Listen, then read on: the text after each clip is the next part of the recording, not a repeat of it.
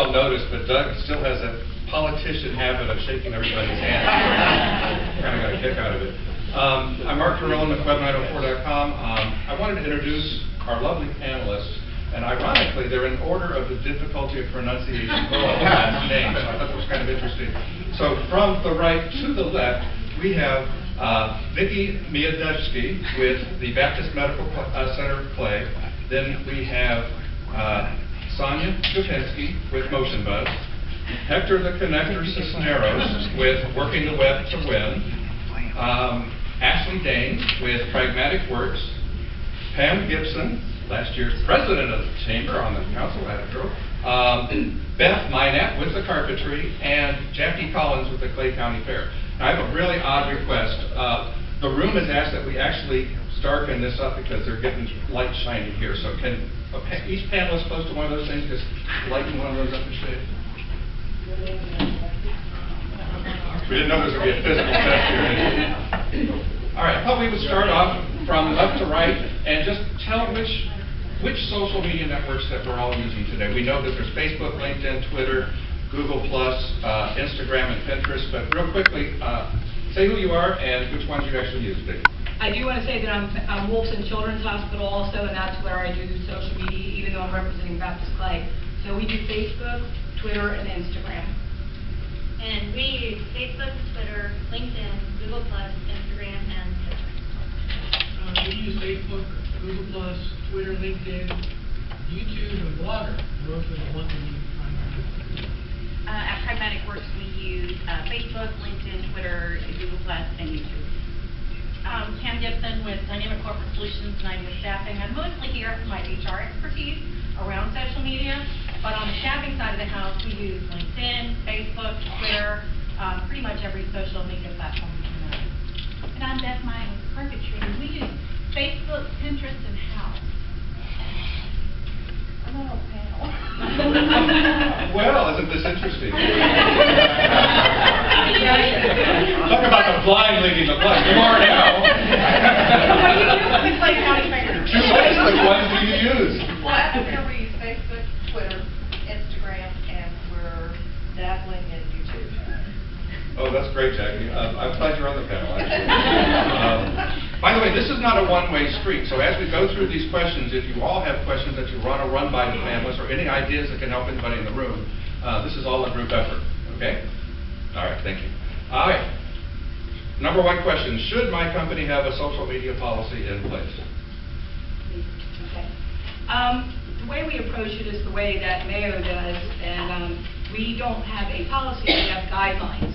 That can always be strengthened because situations are starting to come up of people making friends with parents, which can be, for a hospital, a violation of HIPAA. But at this point, you should at least have guidelines for your employees to follow because they're your brand ambassadors. Perfect. I agree with that completely. I think having guidelines is very helpful because your employees may not know what they can and cannot post. You have to make sure that they are representing your business, even if they are not actually at work. So they need to make sure they disclose that if they're commenting on anything that's regarding your business. I think all companies should have some kind of policy.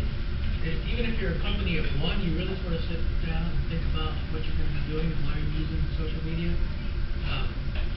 The problem with social media today is once you let the cat out of the bag, it's off to the races. So if you're not really thinking about what you're doing, you can get in trouble. Or you can do something really stupid in business. So just thinking about it in advance and putting down something in writing of why you're doing it is sort of the start of a policy, and as you grow, then you need to add. I would agree. I think the social media policy is really, really important to have, and I think one thing too, what it does is really strengthen that social media culture within your company. You can't think of social media as just the job task of one person or of your marketing team. It's actually should be very inclusive of your entire company. From the top down, the leadership needs to be supportive of it. You need to make sure your colleagues understand how they can engage with your social media, that it's very important that they do engage with you on social media to help grow your following. And then also just having the policy and the guidelines of those that are managing it day to day, making sure you have backup to your backup, that you're always consistently posting, and making sure sure that every company, every person in your company understands how to handle the bad publicity, the bad posting, things like that. So policies, I kind of look at it as our social, I call it our social media Bible. So we all go to that to make sure we're following our strict guidelines and procedures and policies, and that everybody understands them. Okay, I'm going to answer from the HR. Exactly. Okay. Yes, you need a social media policy, but the most important thing about having one is that it's a good one, and that it follows all of the guidelines for the labor relations that you need to follow for federal law, for state law, and all of those things. The National Labor Relations Board is just now coming down with all kinds of requirements for employers that we're not going to like. For example, what you can post and what an individual can post about a company or about a person in the company and those kinds of things is really kind of widening a little bit. And one of the reasons for that is the Labor Relations Board is the organization that oversees whether or not somebody can be in a union. So if you think about that, you think about those old movies, what they're trying to do is say, okay, you can't say that your employee can't post about their pay, or that you can't say that they can't post about a horrible condition at their workplace. So there are some parameters that are coming down from higher up that we really need to be careful of. You're not expected to know all of those, so make sure that if you're going to have a social media policy, and you should, absolutely, that it's a good one and it follows all those laws. From a very small business standpoint, it's just my husband and myself, as long as he doesn't post anything, we're good. But seriously, there are times where I may want to post something, or he may find something and say, hey, I'd like to share this, and we do talk about it. Who's going to see this? Is this going to speak for our target audience? Is this a good thing to post or not? But as long as he lets me go. You gonna be quiet, Jackie? I want to be quiet. Okay. By the way, all our panelists, you don't have to answer every question if they don't apply to you. I forgot to state that. Anybody have any questions, concerns? Yes, James. What's the crossover between your home page and your business page that you've set up? I have a home page where everything I post on there is relevant to me, who I am. It's personal. And then I have one for each one of my different businesses that are tied into that page as well, but those pages are just for business. Should you use the same protocols when posting something on your personal page, even though it's not your business page? Because like you said, once it's out there, it's out there. I'm going to use my favorite HR phrase, it depends. If you're in a business like a CPA or a business service and you want to be a trusted advisor, I would be very careful about linking my personal page to my business page, depending upon what I posted on it. But if you're a trusted advisor and you want people to know a little bit more about you personally, then maybe you link to your I'm pretty out there, and my personal page reflects that, and I'm fine with it. You know, I'm a member of BizNet, these other groups, and they can come and see who I really am, and they sure have. But that's just who I am, and I'm not afraid to hide that. But I had an issue a couple weeks ago with a family member and my girlfriend who got into it on my timeline, and I tore them both because you don't do that. You know, you got something personal to say, send them a message, do it in private, but not in public on my timeline. Right. And do you know whether or not anybody saw that? Or? I got rid of it pretty quick, but it's the whole point. And one thing people tend to forget too, that it's not just your company's brand you should be worried about, but your personal brand, because we're all out there selling, you know, to our clients. We are our business, you know, so you can't.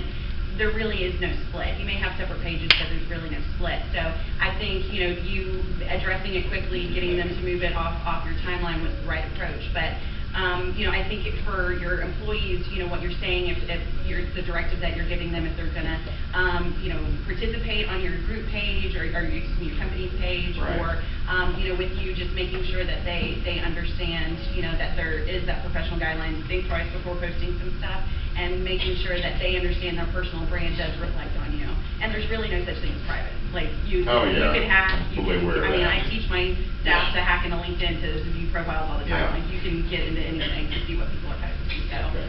Thank There's you. some technical issues also in that, depending how you're posting, It'll go in the timeline or not. For example, Facebook filters lots of different kinds of business posts. So the way I use social media as a business tool exclusively. I really don't post about Boy Scouts or any other kind of stuff that I do personally. If I really want to do that, I take it offline, I send an email with a picture with it and all that kind of stuff. I usually don't do that in there. That way, for me, social media is business. And if I'm posting something to my personal profile on Facebook, I know people are seeing it. Mhm. So they all know I write and all that kind of stuff. So I just put it all out there as a business perspective. And that way I don't have to worry about it being filtered from my business page to my personal page. Because all these social media companies, they're doing what's in their best interest. Facebook today is trying to force people to pay for ads.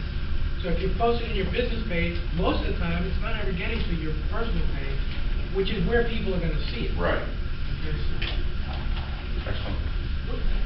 Go ahead. Oh, where's a good spot to go to get an idea of guidelines to give your employees? You guys have a website or something, or? Call me. And the phone number is?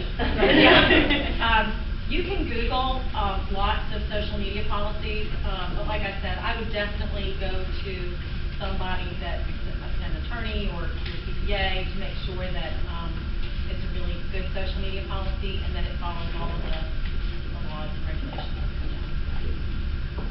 Can I just add one thing? When you were,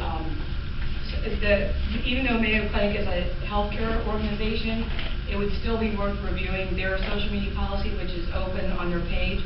They really pioneered it, and I think there's got to be a good balance so that you want your brand ambassadors, your employees, to represent you well, but you don't want to shut them down and tell them you must do this and you must not, which, you know, and so they've just done a really good job, and I think any business could benefit by looking at their social media policy. I have to reiterate, you have to be really, really careful about what you're limiting and what you're allowing, because there are definitely laws that are coming down that are saying, no. Right. Now, Pam touched on this earlier, but, Mark? yes. One more quick thing. Chief? Certainly, political talk can get you in trouble on your personal page. If they Google you, they'll probably see your Facebook page, personal. And so, I would never say anything to Ralph about Mark that I would not be comfortable saying to Mark face to face. Rule, yeah. And that's my policy. Yeah. That's my policy when I post, is that, okay, if someone says, do you believe this? You know, I'm not gonna stand up to it. But the point is, political, all this stuff, go ahead and be out there, but understand, if I put a bunch of bumper stickers on my commercial vehicle about my political persuasion, it will cost me customers. Sure.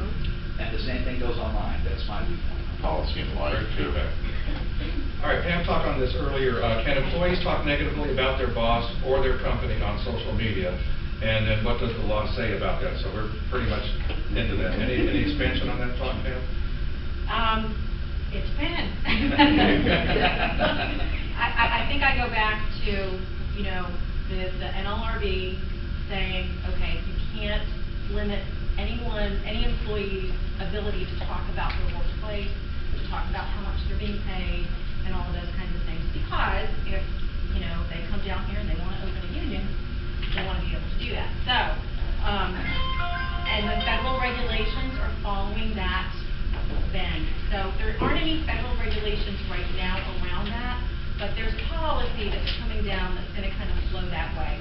So if I were creating a social media policy today, I would be really careful, as Vicki was stating earlier, about what you're trying to limit and what you're going to allow. Can you talk about your boss? You can, particularly if it goes into, you know, it's a terrible workplace, I feel like I'm being harassed, all those kinds of things. You can limit that if they're talking about, you know, I didn't like your hair color today, that kind of thing. But the way you put that language in the policy could, you know, get you into trouble. Give some people enough. Go right ahead. Vicki has a question.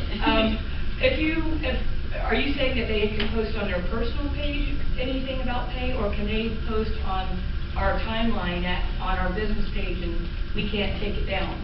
What's the difference? It depends. They can actually say, I want more pay. On your page. On their page, but they can actually get in trouble for that. It really depends on what you're talking about. And If there's it's work really conditions, then yeah. not a lot of regulation, but like I said, it's going away from the employer right now. So I would say, came up in court,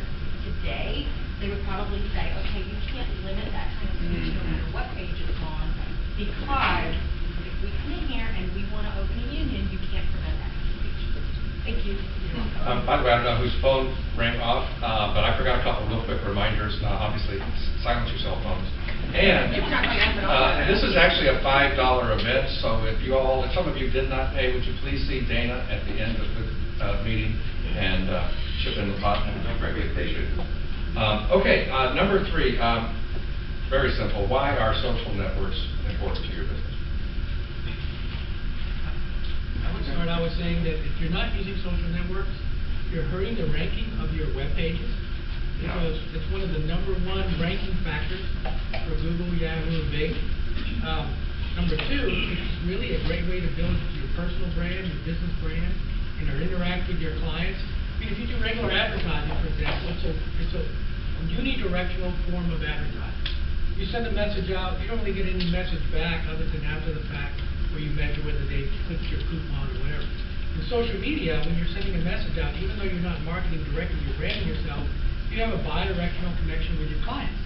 So they can ask you questions, and if you foster that, you really build very loyal customers. So there's a lot of things like that that make a big difference, as long as you use it properly. If you try and sell them directly, think of this rule: nobody ever joined any social media program to be sold to.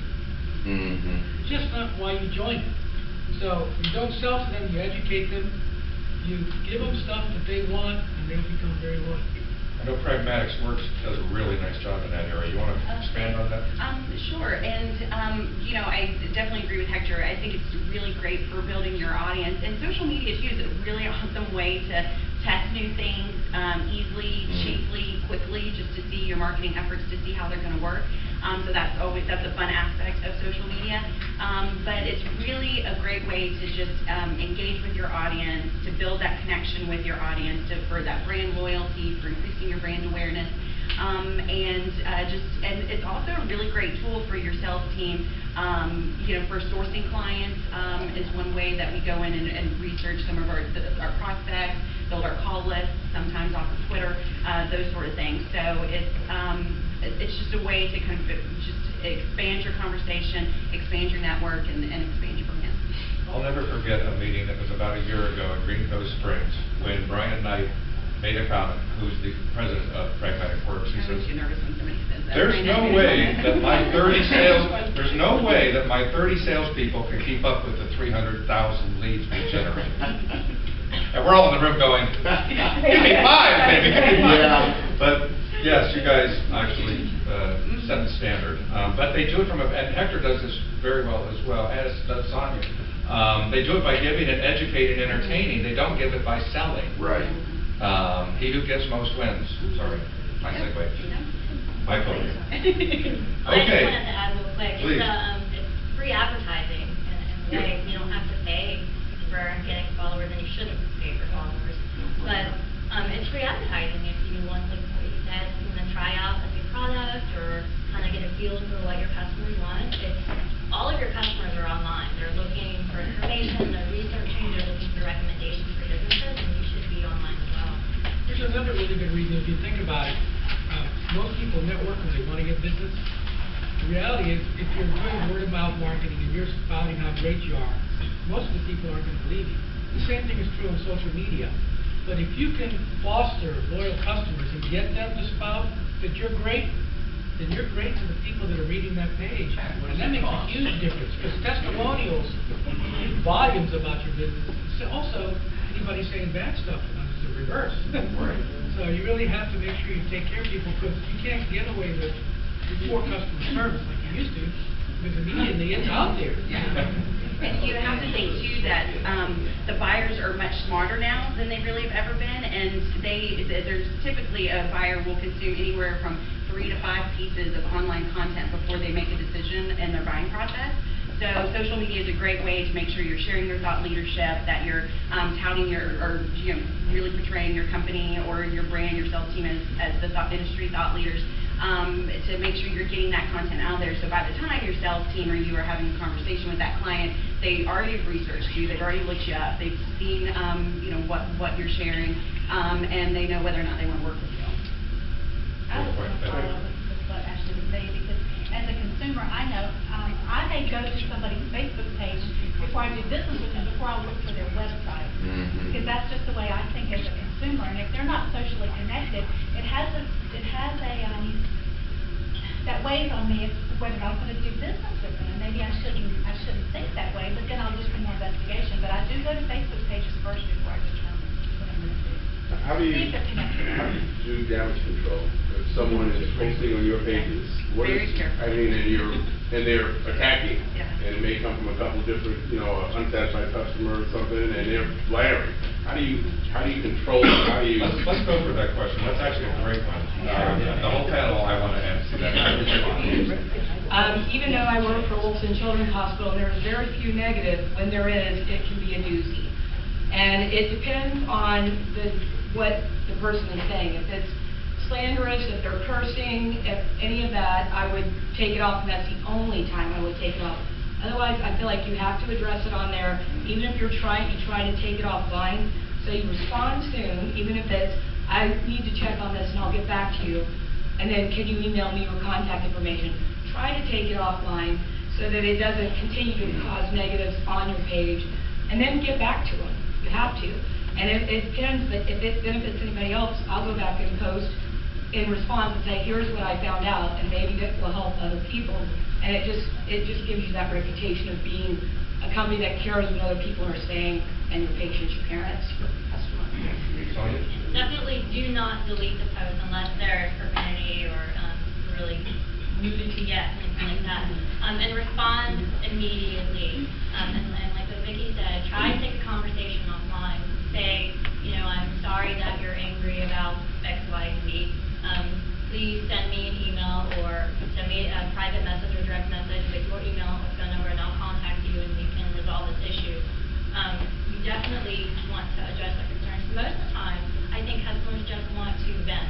They may be upset about something, and they just want to get it out. But definitely don't delete, because that will make it worse. They'll come back and say, you deleted my post, and then they'll tell their friends, don't follow them, because they don't care about their customers. That's the big thing, because it's bad news travels faster than good news. Absolutely. So, and especially if friends get together and they start counter-posting. Right. So it's not just coming from one person, and they're just doing it because that person got hurt. So. Right. There are some places that you actually can delete this stuff very easily. So if you don't address it and try and resolve their issue, whatever it is, I'm gonna tell you right now, it's much cheaper to resolve their issue than to try and fix it after the fact. That's right. Even if you gotta eat it, whatever it was, That's right. went wrong, you better eat that, because legally, if you go to a court on it, it's gonna cost you a small fortune. So the simplest thing to do is take care of the customer. You take care of the customer, it takes care of your business. Yeah. But then follow up afterwards, after the issue is resolved. Follow up and say, thank you for bringing this to our attention. Did we resolve the issue enough for you? And I think it's also important to not to take it personally. I know as small business owners, you take it to the heart very quickly. It's very, very important to not take it personally and keep a cool head. And I definitely agree, you have to answer quickly. And then I know a lot of times that knee-jerk reaction is to delete and unfollow or block, Make sure you don't do that too, again, unless it starts to get very abusive, very out of line, very ridiculous, then sabotage. But answer quickly, repost, and make sure you handle it very quickly. Pam, does it depend? No. In this case, we're talking about people that aren't employees, right? Exactly. We're talking about clients.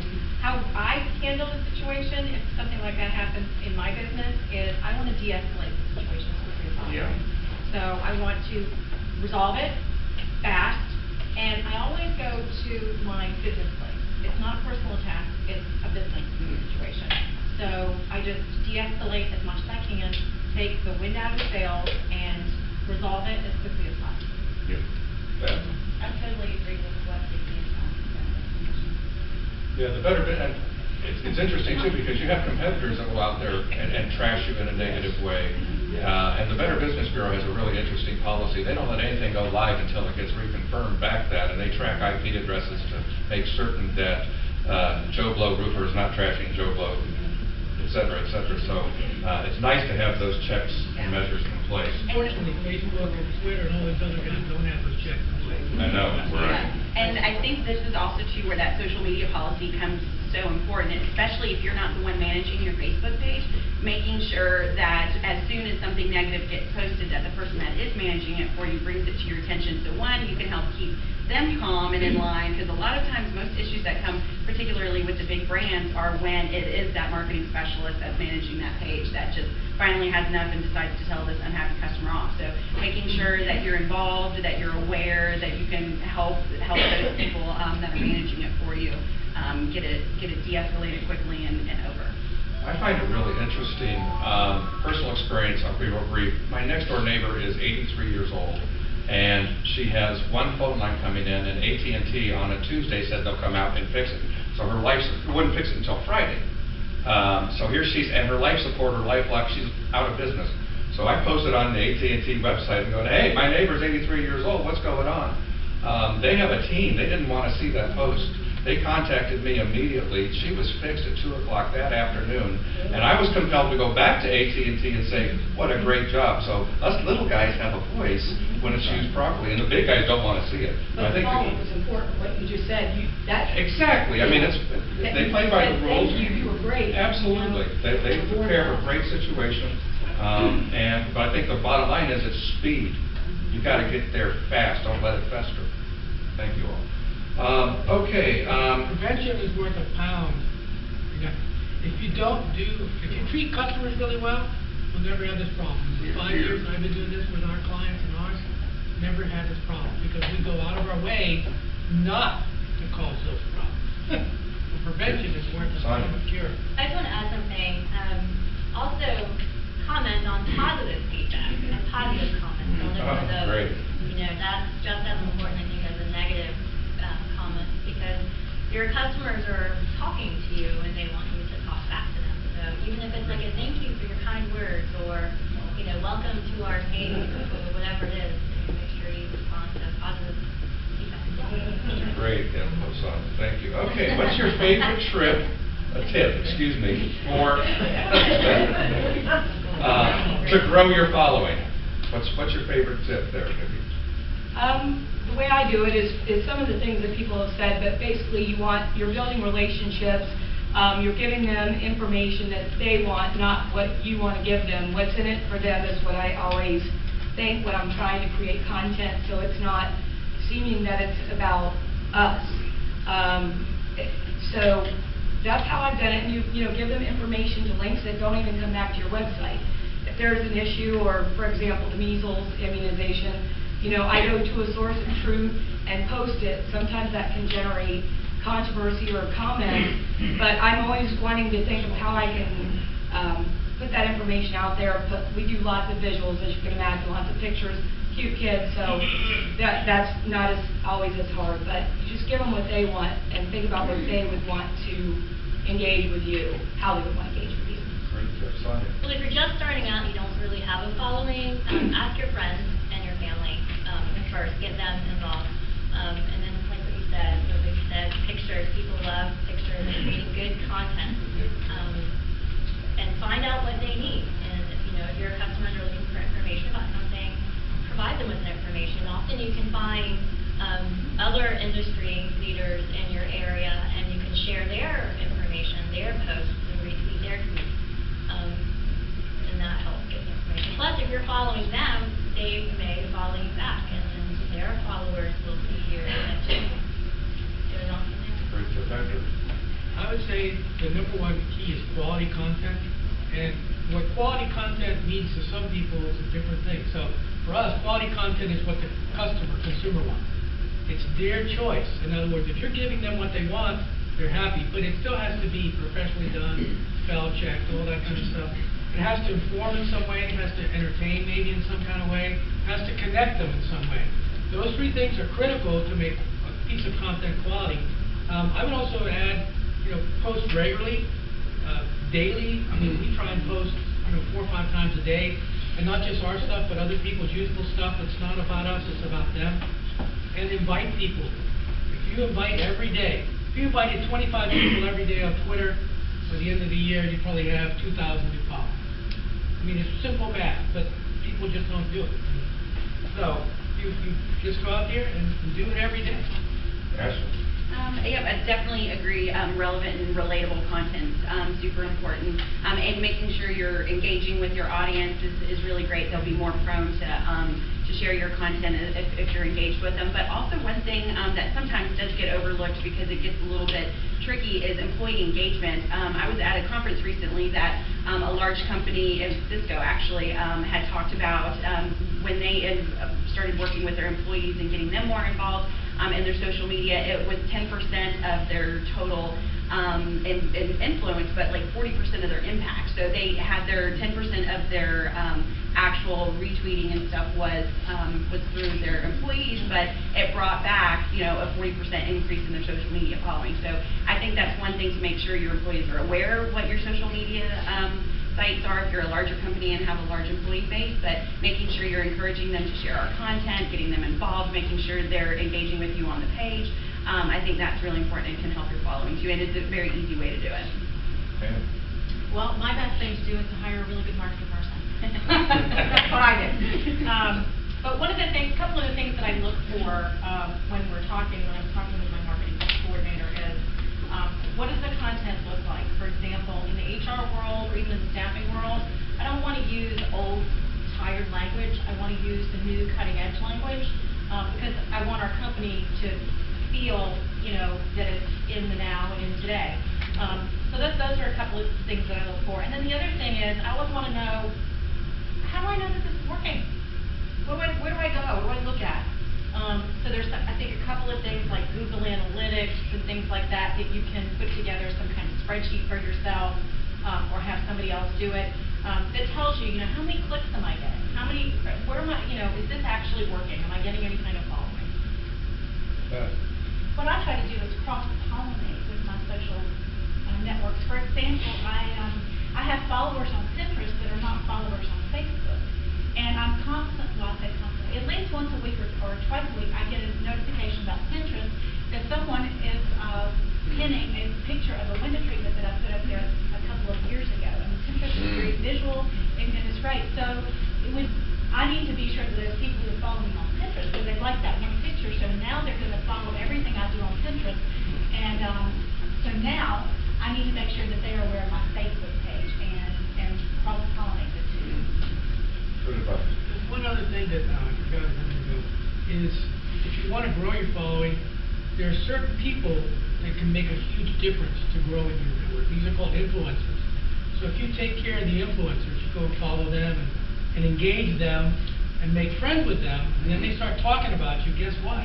Your followers are going to follow you like they're going out of town. Right. It's something that you have to do a lot of research. You have to go out and figure out who are the leaders in the industry that you're in, and then go at it. Find their stuff, repost their stuff, say how great they. But once you get them on your side and they start talking about you, it makes a huge difference. That works really good on LinkedIn. Yeah. We'll talk about groups, I'm sure, later. You touched on filtering, and my feeling about my page is that there are times that people are not seeing it on my business Facebook page. And how much is Facebook actually limiting your promotion of your own business? Because I find if I post a pet food recall or something really people need to know about, there's a moderate amount of interest in it. If I promote a big promotion, if I promote a good cartoon, I get like 300 food. And I've talked with other people's companies, and that's kind of the sentiment of some of the things. I'm wondering how much of it is really the response of people, and how much is what is going on that inhibits what I'm doing to get through to the people that are following me. Yeah, it is, and I think the way you're posting would probably play an important impact on that. You have to remember everything's searchable, so making sure the way you're even introducing the article in your Facebook post that you're using relevant hashtags to the topic. Because if somebody is curious about what some of the pet food recalls and stuff are, they're not going to Facebook to Google it. They're going to Google to Google, or they're not going to Facebook to Google. They're not going to Facebook to search it. They're going to Google to search it. So they're typing in pet food recall, maybe the brand of the food. So making sure you're using relevant hashtags. And your post is a great way to increase the exposure of drawing people to your Facebook page. Here's how you get around it. you write one of your best customers, and you're gonna ask them through a direct message to post it for you, and then they'll see it. If you try and post it, they won't see it. It's gonna keep filtering out. Right now, Facebook is going out of its way to try and get you to promo stuff like that. So that's how you would get around it. Because if they post it, see, they're not tied directly to your business.